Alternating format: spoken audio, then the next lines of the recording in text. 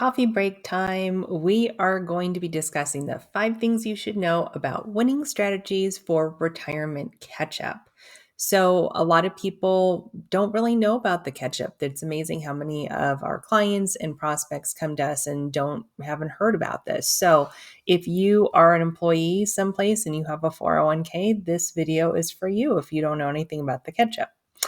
So, what we do here at Coffee Break is we make these presentations for 401k participants, even if you're not actually contributing to your 401k. If you have the ability to, you're eligible to, this is for you still.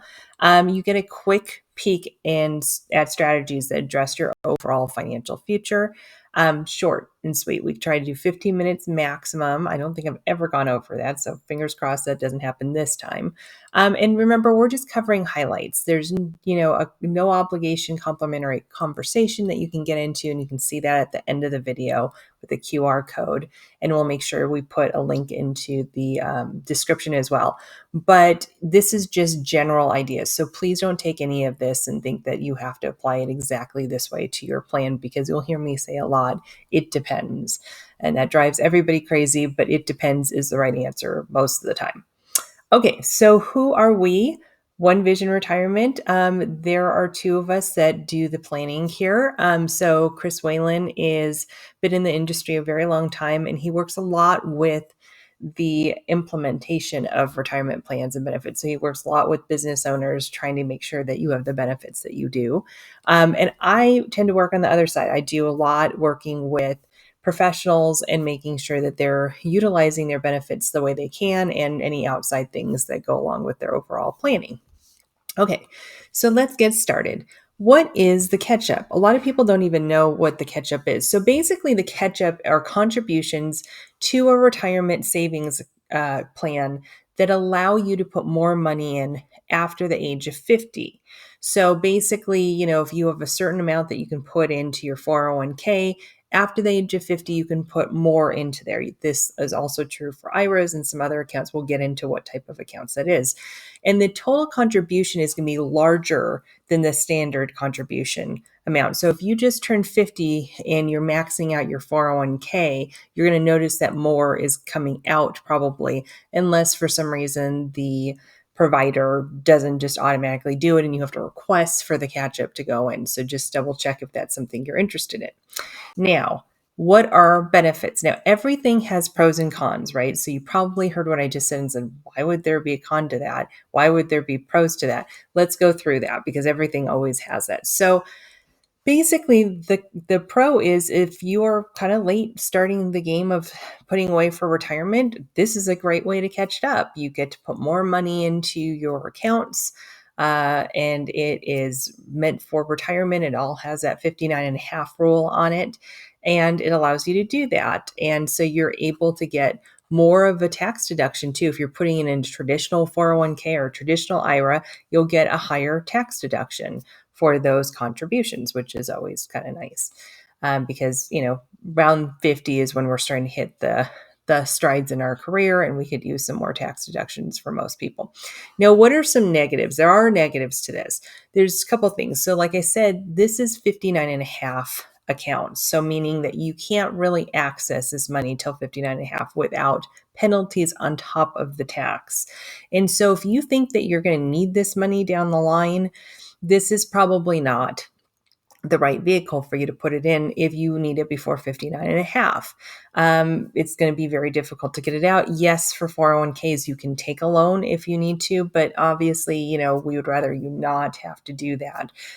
So if you don't have an emergency fund or think that you're going to need this for a down payment on a house or something like that, I would not suggest that you participate in the catch-up. The other thing is you really have to consider what your goals are. So I have a lot of clients who have this idea that they want to retire early. They want to be done by 50 or 55. Again, maybe over contributing to these kind of accounts that have that 59.5 rule isn't the right thing for you, because you want to access your money before that. So just keep in mind what goals are. Now, What kind of accounts have this catch-up option? Okay, so I'm going to go through the type of accounts. This is recorded in April 2024. I'm just going to remind you that things can change if you're watching this in a different year or even a couple of months from now. Also, I'm going to give you the amounts for 2024 that are the catch-up. But again, just keep in mind this changes every year. So when you watch it in 2025, these amounts will probably be different. So make sure you Google or talk to a tax professional or a financial planner to make sure that you're getting the right numbers.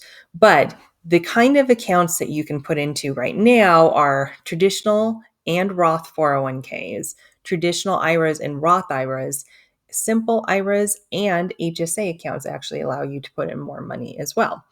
So for 2024, the catch-up amounts are for your traditional and Roth 401ks, you can put an additional $7,500 in there on top of the standard that you can put in. The traditional IRA and Roth, it's an additional $1,000. Simple IRAs, it's an additional $3,500, and HSA accounts, it's an additional $1,000, which for healthcare, that could be quite a bit if you needed it down the line, right? So remember, these are just numbers based off of today. They could change down the line.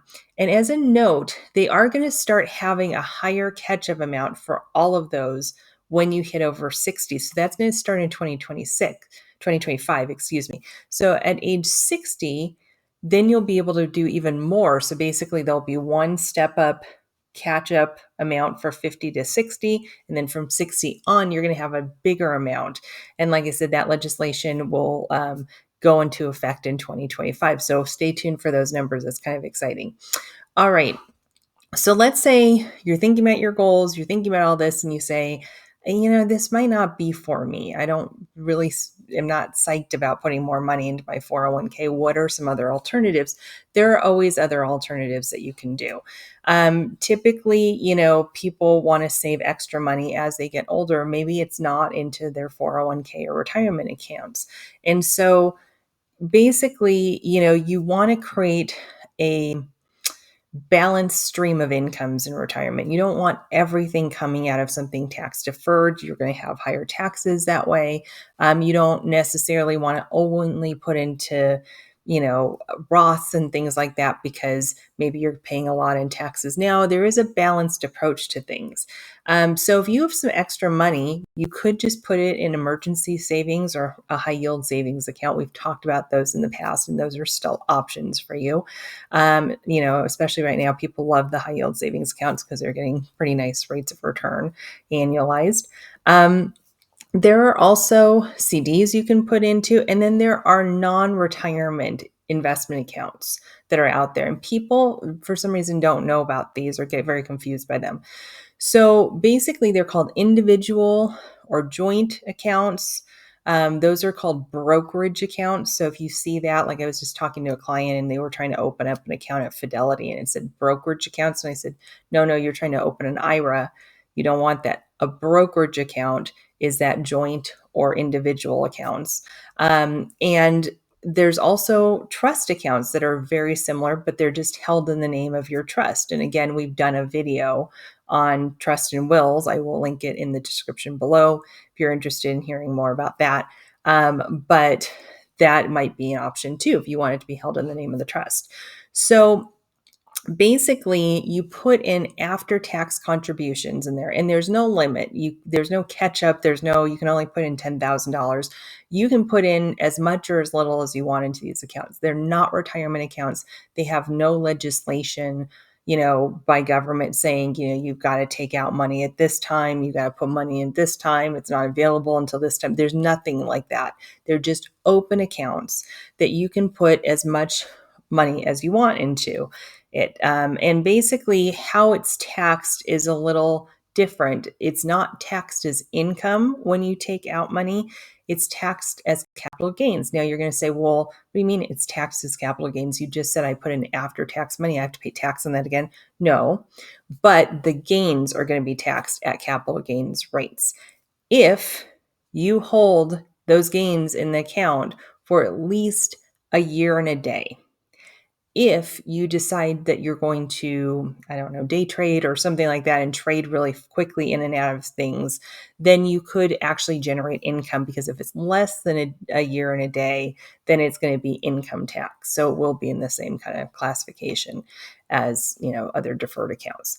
But essentially, you could find that those might be better vehicles for you if you think that you're going to tap into that money sooner than 59 and a half, or, just the idea of having more investment options that are available to you than in the 401k, or you just want to have something open that you can do things with, that might be the right choice for you. Now, obviously, we don't provide tax advice on this, but we can give you at least basic rules and work with your tax professional to do that. And really, any financial advisor, unless they have a tax team with them, is not going to be able to do that. So make sure you bring in your tax professional to help you with that.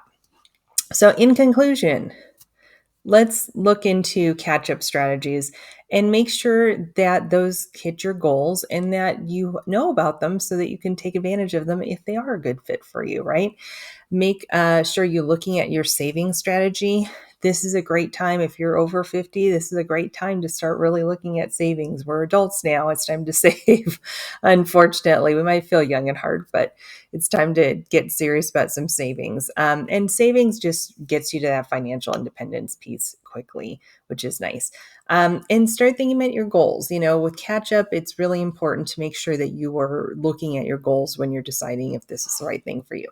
So, if you have questions on this, you want something a little bit more personalized, some more information that actually pertains to your situation, or you just have some questions, feel free to schedule a call. You can use this QR code. You take out your phone, you open up the camera app, you place it over the QR code, and it should show up as a link. We'll also have a link in the description below for you to be able to schedule something. You can email us, you can visit our website. There are tons of resources there. And then I'm pretty active on LinkedIn, so you can find me, Lisa Sky, there as well. And hopefully we can provide some help and guidance as you start to complete your financial independence journey, because you're going to get there. We're going to get you there as quickly as possible. So with that, thank you so much for sticking around, watching this video. I hope it was helpful. And please let us know of any topics that you would like to hear about. We go through a lot of different things, but maybe there are things that you wish that we would cover that we're not covering. So leave some comments below and let us know what you are interested in hearing about. So with that, thank you so much. Have a wonderful rest of your day, and we will be back next time with some more coffee talk.